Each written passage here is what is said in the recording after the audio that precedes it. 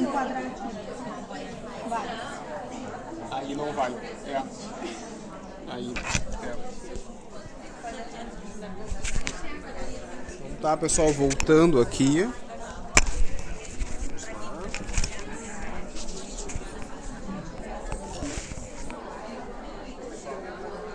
Só cuidar o tamanho do fio.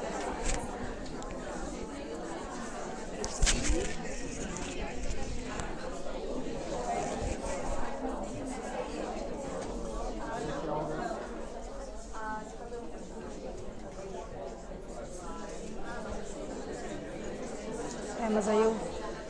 Porque assim? Aí vai bem. Aqui vai bem, eu posso ficar de costas? Pode. Tá, então tá beleza. Esse. Só não vamos derrubar. Antes de Ó, gente. Pelo menos eu não Segura vou ser aqui, a primeira, né? Vou botar aqui pra ti, tá? Tô com uma cara, um brilho só. Tem que passar Eu um... botei ele desligado, depois tu liga, tá? Pra poder te mexer daí, entendeu? Ô, colega, eu tô com uma cara que é um sebo só. Não. Mas então é esse brilho ali do troço. Deu? Deixa eu só pegar o microfone e te apresentar.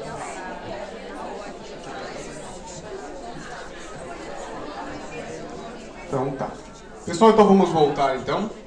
O pessoal lá da internet está nos assistindo já. A gente começar. Os fãs da Olga. Obrigada. Então tá, então agora deixamos a palavra então com a ecoterapeuta e fisioterapeuta Olga Bom Martins, que vai falar aqui conosco sobre ecoterapia, novas possibilidades. Obrigada, boa noite. Bom, meu nome é Olga, eu sou fisioterapeuta, me formei em 2006 e desde 2008 eu atuo com a ecoterapia. Essa então sou eu, no meu ambiente de trabalho, né?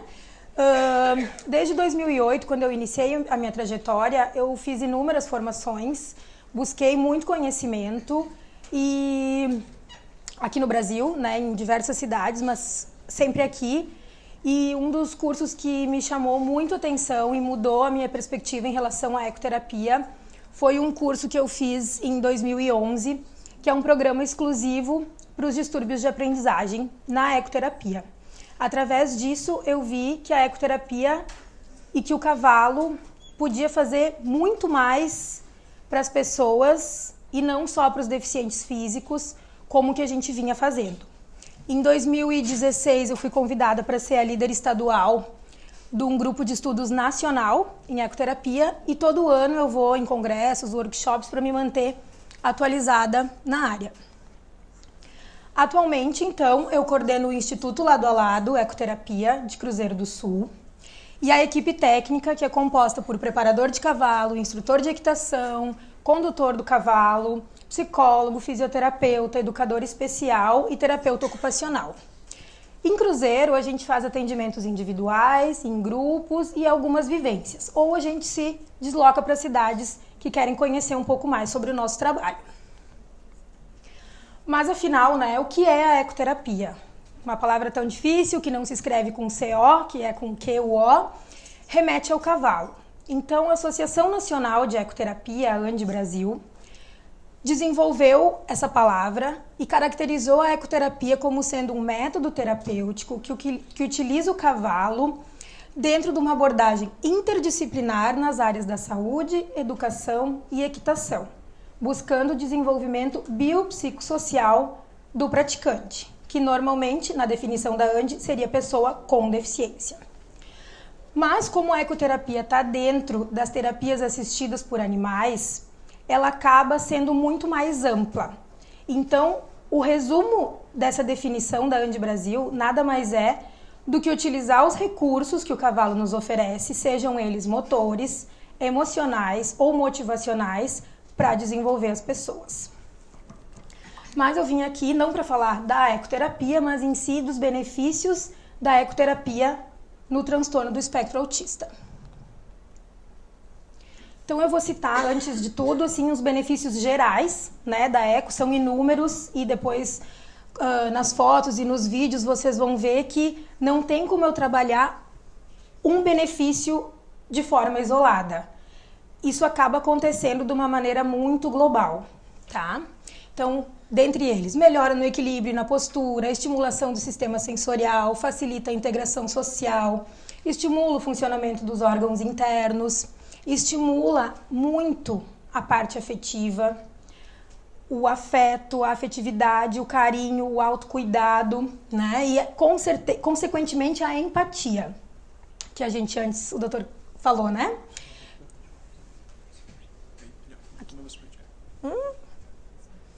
Tá. Desenvolve a coordenação motora ampla e fina, né? Melhora o tônus muscular, desenvolve a motricidade e a percepção, aumenta a autoestima e a autoconfiança.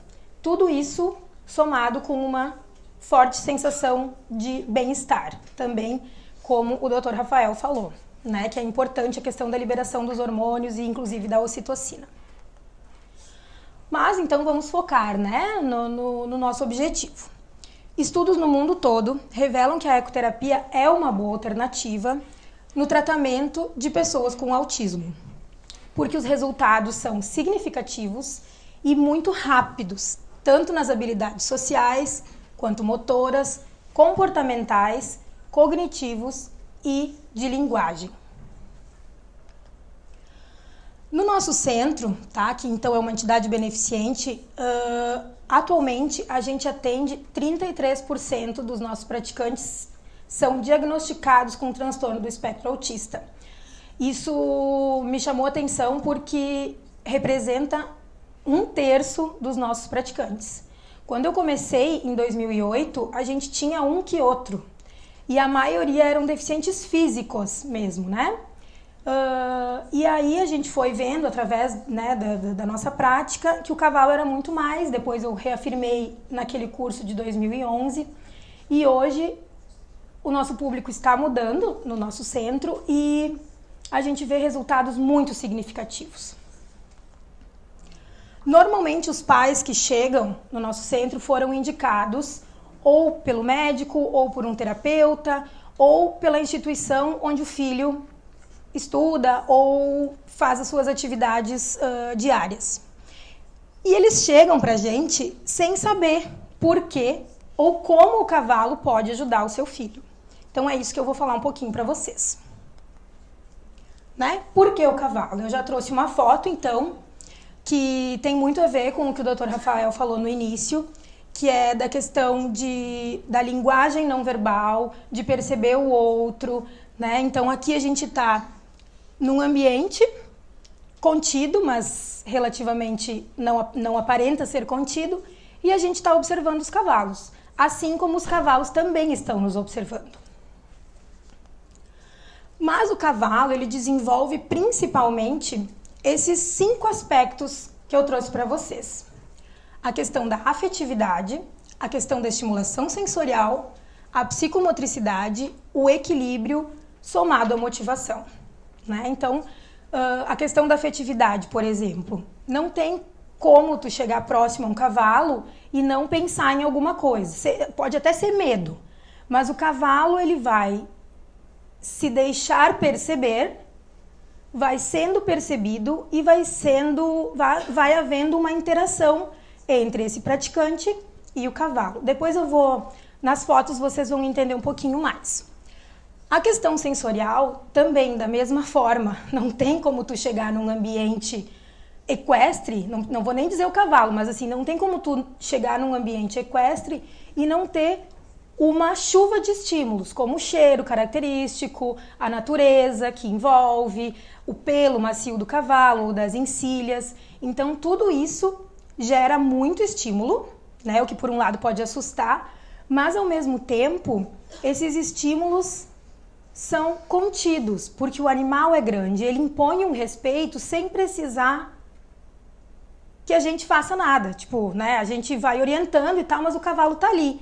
E ele tá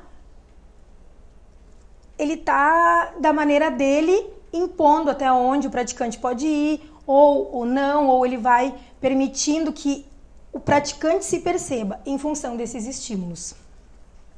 A psicomotricidade, então, o que é essa psicomotricidade, né? São aspectos motores, emocionais e cognitivos somados que fazem com que a gente se desenvolva enquanto pessoa. Como eu falei antes, não tem como eu trabalhar na ecoterapia um benefício só, uma coisa só. E o cavalo está muito ligado na psicomotricidade, na questão sensorial e na afetividade.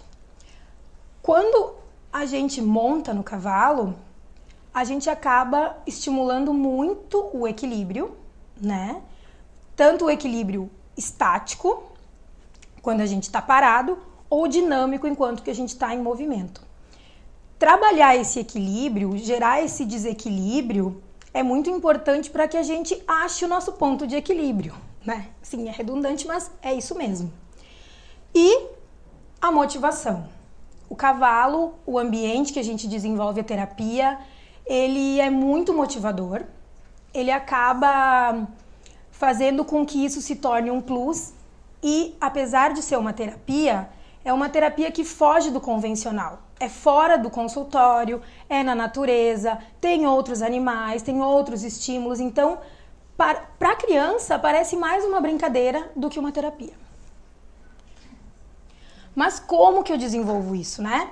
Tem todos esses benefícios e tal, mas como que eu consigo fazer isso? É só pegar o meu filho e apresentar ele para um cavalo? Não. Isso eu gosto de frisar muito, porque a gente estuda muito, a gente pensa, conhece o cavalo, conhece a patologia, conhece o praticante, mas sozinha eu não consigo trabalhar. Então, assim, eu tenho que trabalhar com uma equipe, eu tenho que conhecer, e o meu cavalo faz parte da minha equipe, ele é tão importante quanto o físico, quanto o psicólogo, quanto o terapeuta ocupacional. Então, cabe a gente reconhecer o nosso cavalo, saber mediar essa relação e organizar estratégias específicas. São através dessas estratégias que a gente consegue desenvolver os objetivos propostos. Eu resumi essas estratégias em duas maneiras. Estratégias de manejo, que são estratégias no solo, de aproximação, de vinculação com o cavalo, de reconhecimento desse animal e de interação e troca com a equipe. E estratégias de montaria. Porque no momento que o praticante monta no cavalo, e isso nem sempre é na primeira vez, ele recebe muitos estímulos, muitos são similares ao embalo materno intrauterino. Então isso remete lá a questões muito básicas que fazem com que ele relaxe e que ele consiga se conectar com ele mesmo.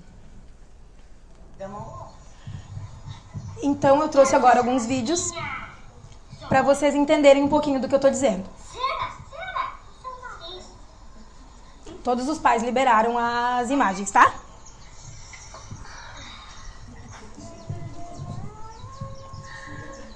Então aí, ó, tá? Só dando um exemplo. O que tem de estímulo sensorial, o que tem de afetividade, o que tem de coordenação, né? Então, assim, eu não consigo trabalhar uma coisa só. Claro que eu vou focar num objetivo principal, sem dúvida, mas eu não posso deixar de estar atenta também, como o Dr. Rafael falou, para esses outros estímulos. Aqui, novamente, a questão da afetividade, né? E da estimulação sensorial. Né? Olha esse menino acariciando a crina do cavalo, a textura da crina é diferente da do pelo.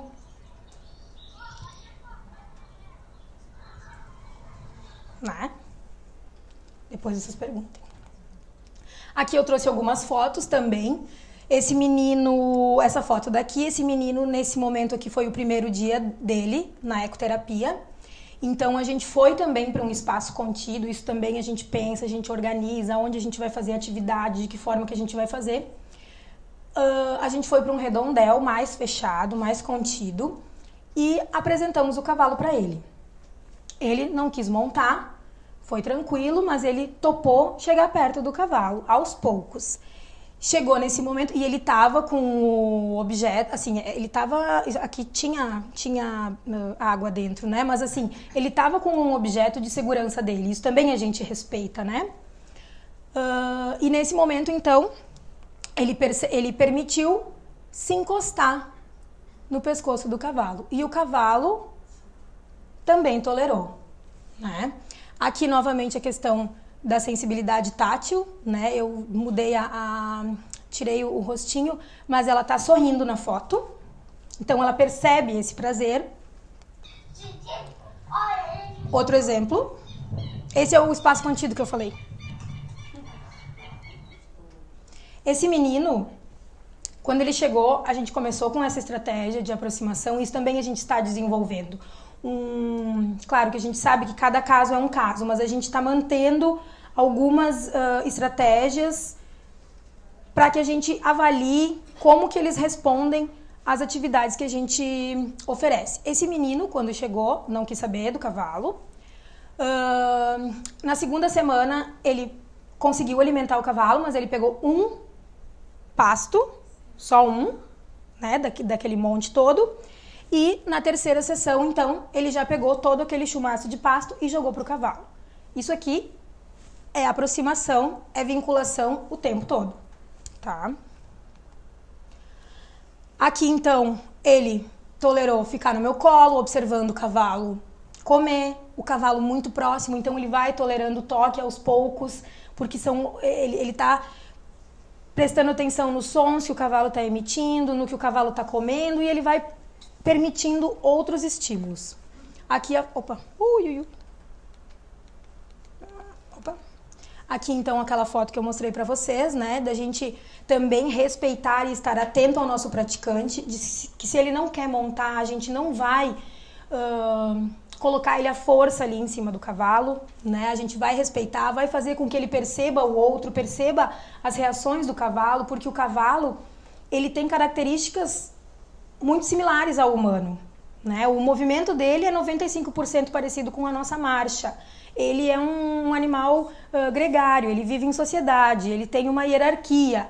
Isso tudo a gente consegue desenvolver através de uma linguagem não verbal, só percebendo os sinais que esse cavalo está nos dando. Então, para o autista isso é muito difícil, mas ele consegue, porque ele espelha no outro, ele vê no outro. O cavalo, muitas vezes, reage como o praticante, então ele faz a leitura do praticante e tem os mesmos comportamentos.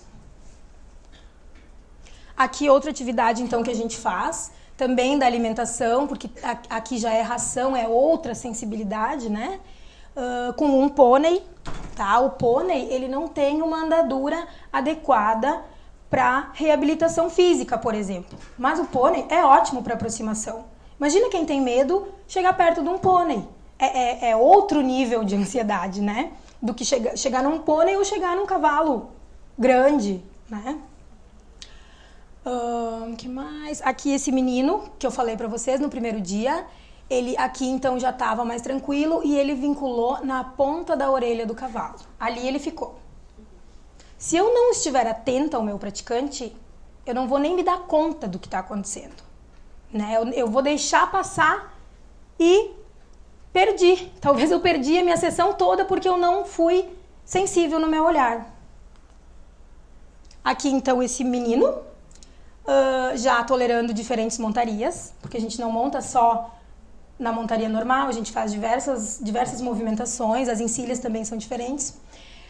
Aqui também esse menino tá com uma encilha diferenciada, onde ela é muito fofinha, muito gostosa, ela é boa de sentar, mas ela é muito mais instável. Então, isso tudo a gente pensa e organiza para que a gente consiga trabalhar esse equilíbrio e desenvolver toda a psicomotricidade. Aqui os diferentes estímulos que eu falei, né? Então aqui tem cachorro, tem cavalo. Nesse dia o menino trouxe o patrulha canina lá que ele gosta.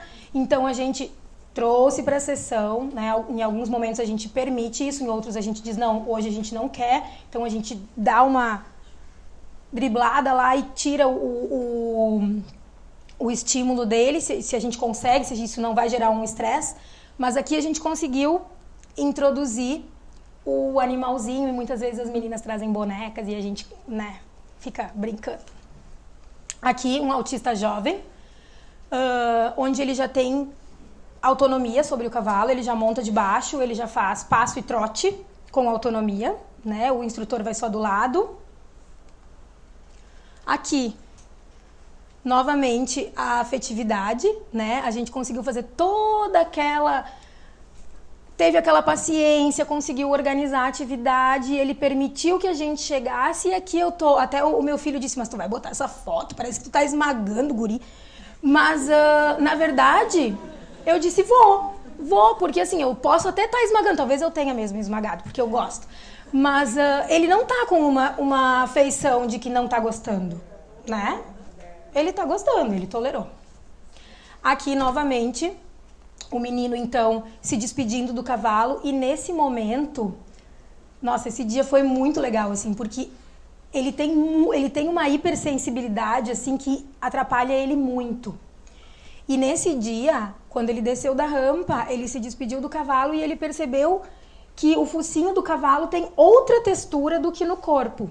E ele foi explorando tudo, encostou as mãos, encostou os braços, encostou as costas, encostou todo o peito e deu um abraço no cavalo. E isso foi na saída. Então, assim, de novo, a questão de ter a paciência, de estar atento, de não ser uma coisa, assim, corrida, da gente respeitar o praticante. Porque se eu não deixo ele fazer isso... Ups, Bruna. Aqui. Se eu não deixo ele fazer isso... De novo, eu posso ter perdido muita coisa.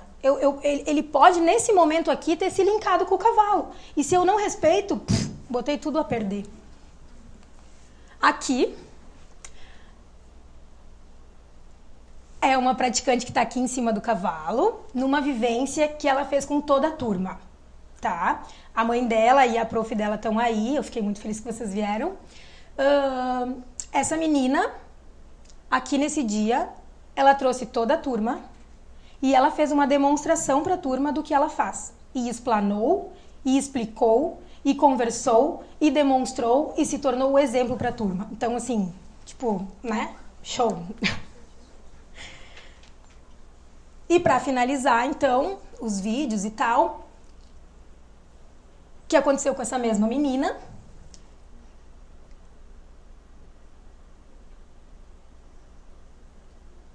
Esse é o meu instrutor de equitação. O cavalo tá ali. Foi o cavalo que levou ela até achar esse terneirinho.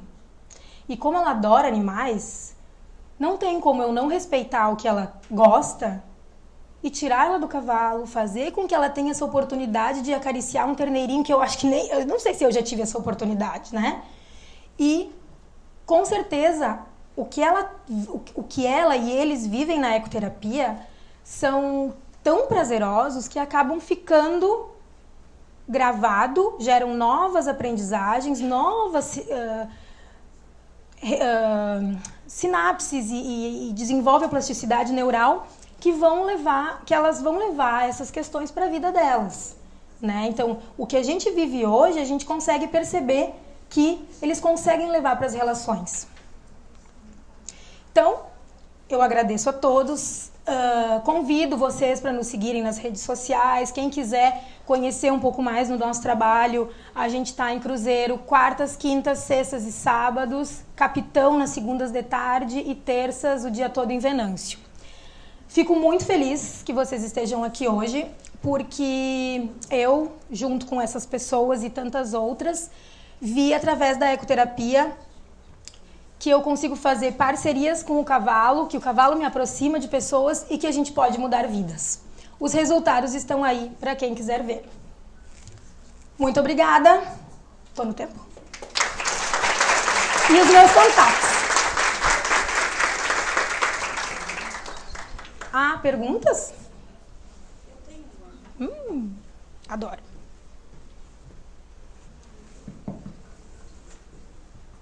Oi, meu nome é Luísa, eu sou psicóloga. Oi. Qual é o maior desafio para vocês em relação aos pais?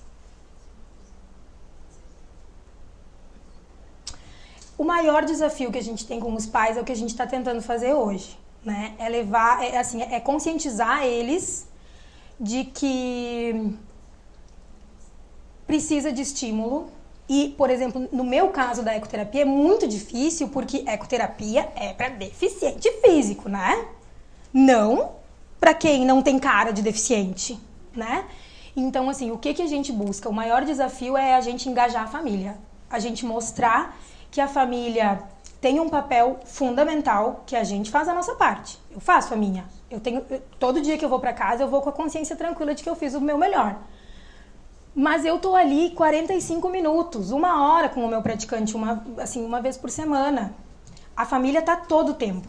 Então, assim, a família é muito importante. A família tem que abraçar junto, tem que fazer junto, porque aí esses benefícios que a gente está oferecendo vão se durar, vão se levar. E tu chega a passar algum exercício para os pais, para eles fazerem em casa com os teus pacientes? Não, a gente faz orientações, né? Até porque os exercícios que a gente faz é com o cavalo. Daí eu na verdade, eu digo assim, não faça, né? Eu digo, ó, o que a gente está fazendo aqui é só aqui, eu conheço os meus cavalos, são cavalos treinados, qualificados. E por isso que eu disse que não é assim, pegar um cavalo e botar a criança e deu. Isso não é ecoterapia, isso é recreação a cavalo, né? Ecoterapia exige equipe, exige qualificação, exige estudo. E então, assim, digo para não fazer exercício, só para respeitar e também tentar ter esse olhar sensitivo, né? Mais alguma pergunta? Uau! A partir de que idade recomenda só isso? 1 ano e meio. Na verdade, a gente tem que avaliar, né? Mas a Andy dizia a partir de 3 anos. Hoje não se viabiliza mais isso, porque a questão da plasticidade neural, do desenvolvimento cerebral, ocorre de uma maneira muito intensa até os 3 anos. Então, quanto antes a gente conseguir estimular, melhor. E só para vocês entenderem um pouquinho, a gente tem diversas maneiras de trabalhar com o cavalo, né? Às vezes a gente não monta, mas às vezes a gente monta e faz montaria dupla. Pelo menos por um tempo, né? O que não é muito indicado para a questão da saúde do cavalo. Mas para a segurança da criança e dos pais, porque eu também sou mãe e também fico insegura muitas vezes, a gente faz isso até que a criança tenha autonomia de andar ou deitada no cavalo, ou sentada com apoio, isso aí. Deu, né? 2 perguntas. Ok, muito obrigada.